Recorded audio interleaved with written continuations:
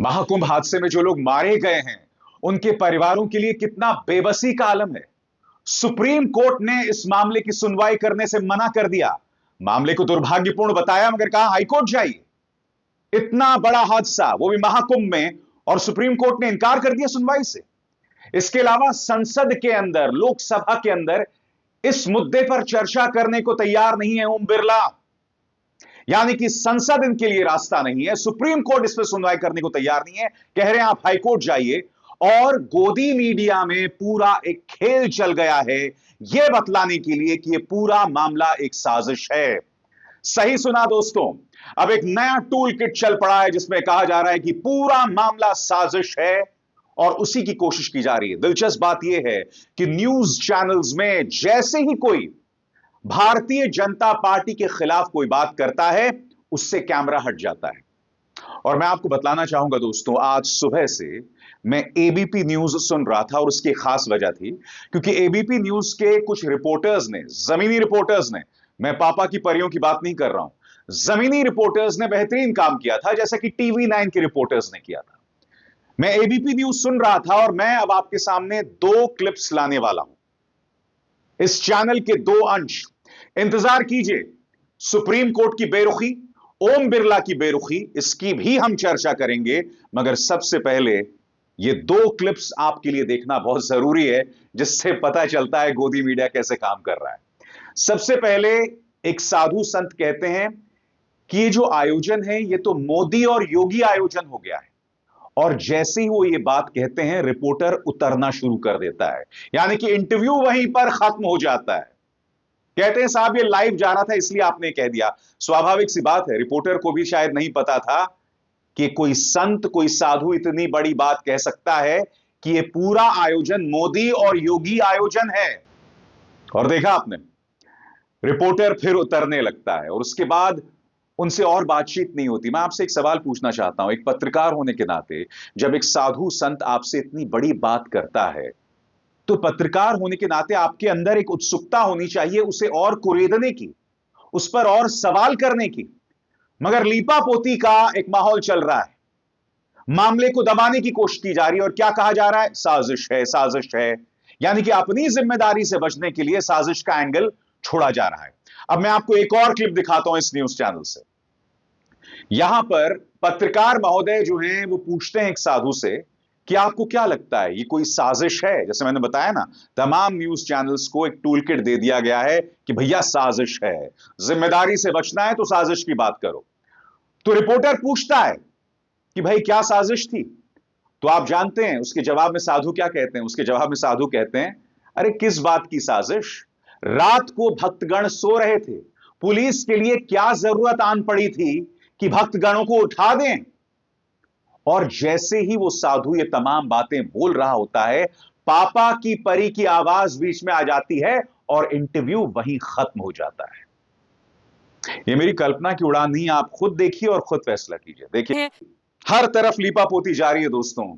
ये चेहरा आपको याद है, नेहा। लल्लन टॉप को दिए गए इंटरव्यू में इस लड़की ने पर्दाफाश किया था कि उनकी दुकान में लाशें बिखरी पड़ी थी। उन्हीं की दुकान में कई आधार कार्ड्स थे, लोगों के पहचान पत्र थे, पैन कार्ड्स थे। लल्लन टॉप ने इनका इंटरव्यू किया था और आप जानते हैं नेहा की इस बात से सबके होश उड़ गए थे। अब उसी दुकान से नेहा को गायब कर दिया गया, यानी नेहा अब दिखाई नहीं दे रही। एक नया स्टाफ आ गया है और वो नया स्टाफ जो है किसी भी तरह की अफरा तफरी से या किसी भी तरह की वहां पर जो आयोजन में दिक्कतें थी या वो लोग वहां जो पड़े हुए थे बदहाली में, अब उससे इनकार कर रहे हैं। इसलिए मैंने कार्यक्रम की शुरुआत में कहा दोस्तों, पूरी कोशिश की जा रही है लीपापोती की। अब देखिए उसी दुकान में जहां से नेहा ने अपनी बात कही थी लल्लन टॉप को, अब क्या आवाजें उभर कर आ रही हैं। प्रशासन ने अपना 100 नहीं 110% दिया। अच्छा, 7-8 ट्रक जो है कपड़े ला, ऐसा कुछ नहीं है सर। ये सब मीडिया हाउस की तरफ से अलग अलग मीडिया हाउस अलग अलग दावा कर रहे हैं, ऐसा कुछ नहीं।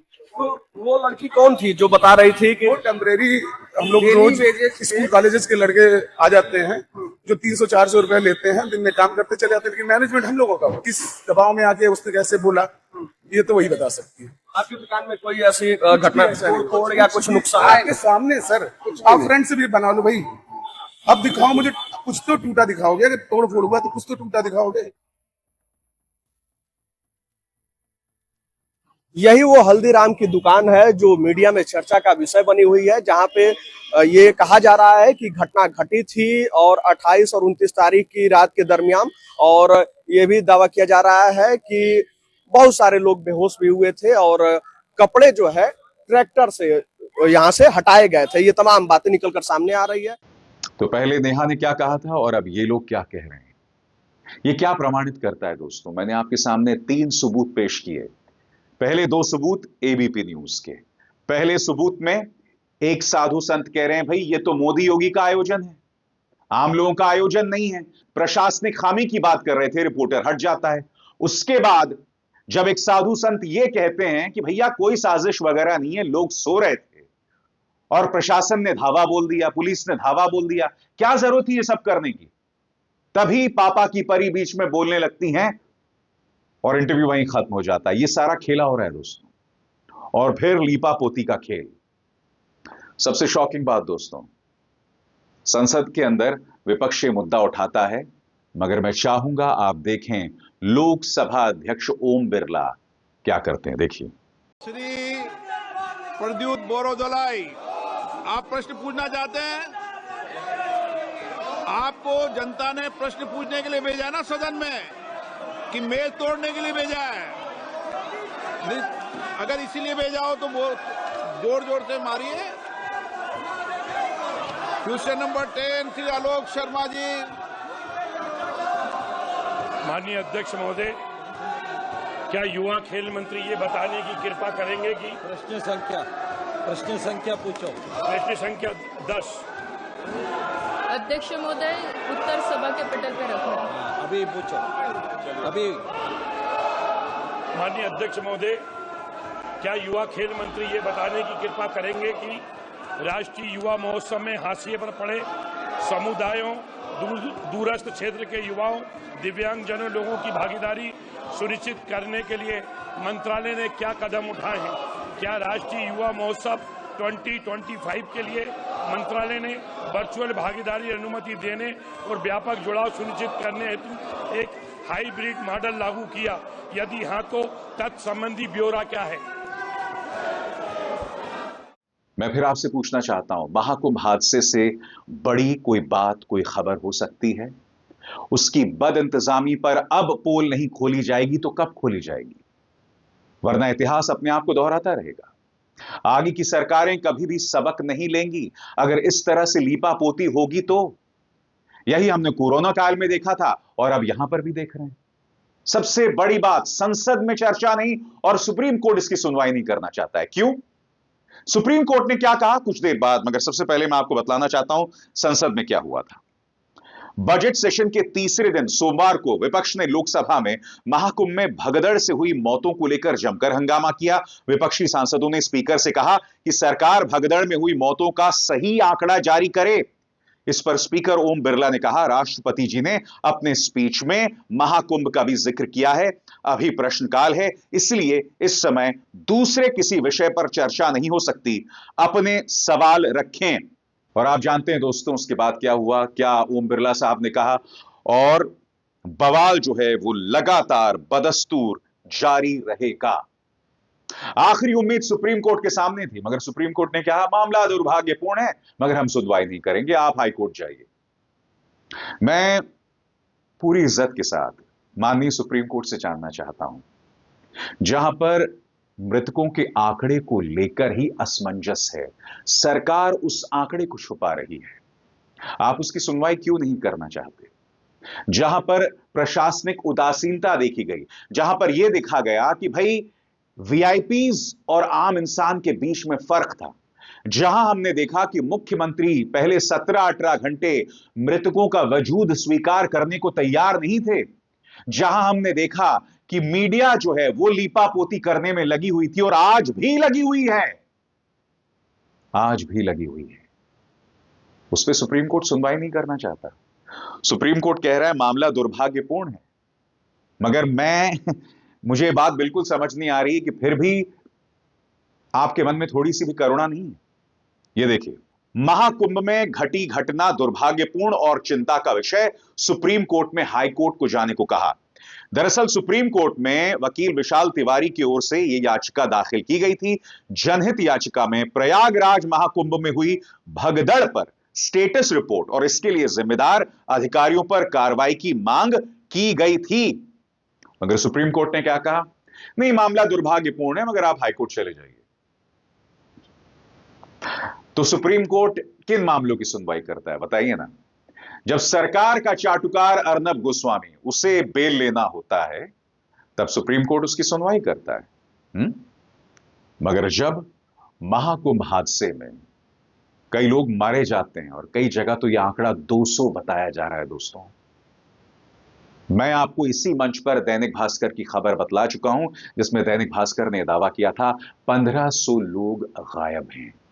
चलिए 1500 ना सही, 500 ही मान लीजिए। क्या 500 का आंकड़ा कम है? कई लोग, और मैंने आपको आज सुबह ही बताया था कि कई प्रत्यक्षदर्शी कह रहे हमने अपनी आंखों से 150 से 200 लाशें देखी।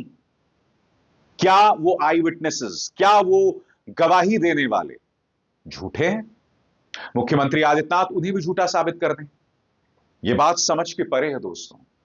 महाकुंभ हादसे ने बतला दिया है कि ये जो तमाम लोग हिंदू हितैषी होने की बात करते हैं ना, ये लोग सब झूठे हैं। इन्हें हिंदू हितों से कोई लेना देना नहीं है। इन्हें सिर्फ एक पॉलिटिकल पार्टी की सेवा करनी है, चाहे वो भारतीय जनता पार्टी हो, चाहे वो प्रशासन हो, चाहे वो पुलिस हो, चाहे वो मीडिया। इन्हें सिर्फ एक पॉलिटिकल पार्टी की सेवा करनी है, सिर्फ, और इसके अलावा कुछ नहीं। ढेरों ऐसी तस्वीरें आ रही हैं जो बद इंतजामी की गवाहियां दे रहे हैं, मगर साहब उसकी कोई चर्चा नहीं करना चाह रहा है। क्यों? मैं समझ नहीं पा रहा हूं। जो लोग मारे गए हैं, जो अब भी बदहवास घूम रहे हैं, जो अब भी अपने रिश्तेदारों को ढूंढ रहे हैं, क्या उनके लिए किसी के मन में कोई करुणा नहीं है? ना संसद के मन में, ना लोकसभा अध्यक्ष के मन में, ना मुख्यमंत्री आदित्यनाथ के मन में, ना मीडिया और ना ही सुप्रीम कोर्ट। तो सुनवाई कौन करेगा बताइए ना? आज लोकतंत्र के जो चारों स्तंभ हैं, चारों स्तंभ महाकुंभ महाहादसे पर सुनने को तैयार नहीं हैं। सब अपनी जवाबदेही से बच रहे हैं और मैं समझना चाहता हूं क्यों। मैं समझना चाहता हूं क्यों। आज जो मैं आपके सामने तमाम बातें कर रहा हूं, क्या यह कल्पना है? क्या यह हवा हवाई है? क्या इस पर किसी को चर्चा नहीं करनी चाहिए? कोलकाता में आरजी कार मेडिकल कॉलेज में जब वो नृशंस हादसा हुआ था, एक लड़की की हत्या और उससे पहले उसके साथ दुष्कर्म, हम सब ने उसकी चर्चा की थी। लोग सड़कों पर उतरे थे। भारतीय जनता पार्टी ने न जाने कितना झूठ भी बोला। हुआ क्या? सब जानते हैं। मगर आज इसकी चर्चा तक ना कराओ ताकि जांच ही ना हो। मैं जानता हूं एक आयोग गठन कर दिया राज्य सरकार ने, मगर उसका क्या फायदा है मुझे बताइए ना। जो सरकार अपनी जिम्मेदारी मानने को नहीं तैयार है, वो क्या जांच करवाएगी? कायदे से सुप्रीम कोर्ट को सुओ मोटो नोटिस लेते हुए इस मामले की जांच करवानी चाहिए थी। एक स्वतंत्र जांच जिसमें दूध का दूध और पानी का पानी हो। जिन अधिकारियों की गलती की वजह से हुआ, उन्हें कटघरे में रखा जाए। क्यों वीआईपीज के लिए खास ध्यान रखा गया और आम इंसान को भूल गए, इसकी जांच कराई जाए। क्यों 17 घंटे तक मुख्यमंत्री मृतकों का वजूद स्वीकार करने को तैयार नहीं थे, इसकी जांच कराई जाए। अगर कोई नहीं करवाने वाला है दोस्तों। क्यों? क्योंकि इस देश में आम इंसान की जान की कोई कीमत नहीं है। और मेरे जैसे पत्रकार जब आपके सामने मुद्दा उठाते हैं तो आप में से लोग मुझे ही गाली देते हैं। मगर आपको क्या लगता है मुझे कोई परवाह है आपकी गालियों की, आपकी धमकियों की? नहीं, क्योंकि मुझे परवाह उन लोगों की है। मुझे परवाह बदहवास घूमती उस औरत के लिए है जो अपने पति का अंतिम संस्कार नहीं कर पा रही है, जो ये तक कह रही है कि क्या मैं अपना शरीर बेच दूं उस पैसे के लिए। मुझे परवाह उस भाई की है जो अपने भाई को ढूंढ रहा है मगर अब तक मिल नहीं पा रहा है। मुझे उनकी परवाह है। मुझे तुम्हारे प्रचार तंत्र, तुम्हारे झूठ, तुम्हारी धमकियां, तुम्हारे मीडिया, किसी की परवाह नहीं। मैं आवाज उठाता रहूंगा। अभिसार शर्मा को दीजिए इजाजत। नमस्कार।